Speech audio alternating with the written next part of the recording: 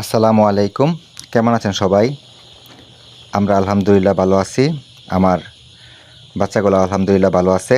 তো আমরা পেপারটা নোংরা হয়ে গেছে, পেপারটা পরিবর্তন করে দেন। পেপার পরিবর্তন করার এই যে নেটটা দেওয়াতে পেপার পরিবর্তনটা করা বিরাট একটা সুবিধা, মানে তুষ সহজে উপরে ওঠে না। পেপার একটু ভিজা ভিজা ভিজা হয়ে গেলেও, নষ্ট হয়ে গেলেও মুরগি মানে তুষটা উপরে ওঠে না।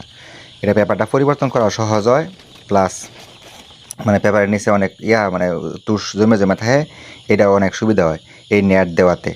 এই কারণেই আমি নেটটা ব্যবহার করি। নেটটা ব্যবহার করার অনেক সুবিধা আছে, আবার পেপারটা দেওয়াও অনেক সুবিধা। তোলাও যেমন সুবিধা, পেপারটা আবার দেওয়ার সময় সুবিধা।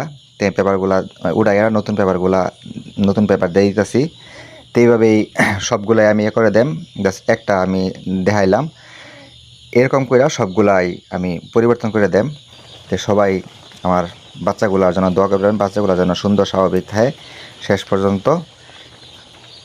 সবাই ভালো থাকবেন। আসসালামু আলাইকুম।